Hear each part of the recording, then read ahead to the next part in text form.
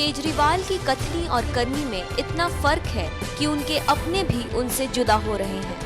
आम आदमी पार्टी से अलग होकर बना स्वराज अभियान अब दिल्ली में शराब की दुकानें खोलने के लिए धड़ल्ले से लाइसेंस बांट रही केजरीवाल सरकार के खिलाफ लामबंद हो गया है।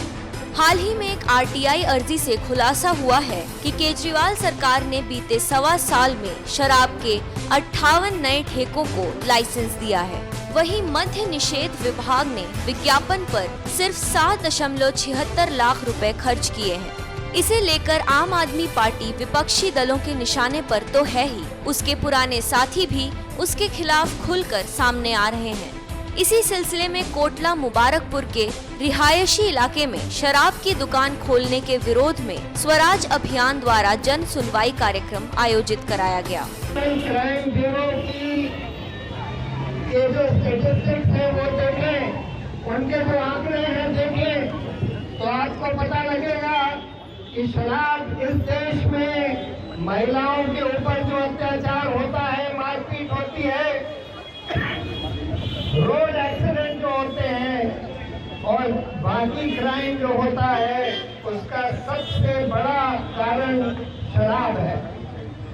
और इसी को सोचते हुए ज्यादातर पूरे देश में ये कानून बनाया गया, ये रूल बनाए गए कि शराब के ठेके रिहायशी इलाकों में स्कूल और हॉस्पिटल के पास कम से कम 100 मीटर की दूरी पर नहीं खोले जा सकते। दिल्ली में भी यही कानून था, उसको 2010 में बदल दिया गया और उसमें से रिहायशी इलाका हटा दिया गया। और अब दिल्ली की सरकार ये कहती है कि हम तो इसको बदलेंगे नहीं, हम चाहे रिहायशी इलाके में भी हम शराब की दुकानें खोल सकते हैं।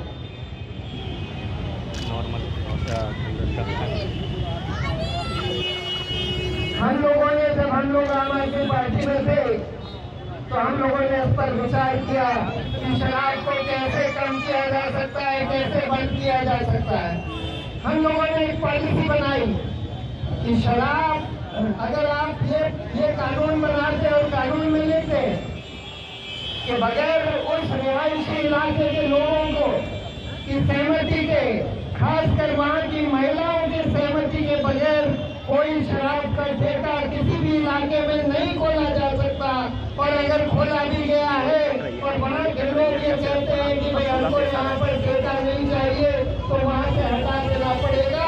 और ये हमने अपने स्वराज बिल में लिखा था।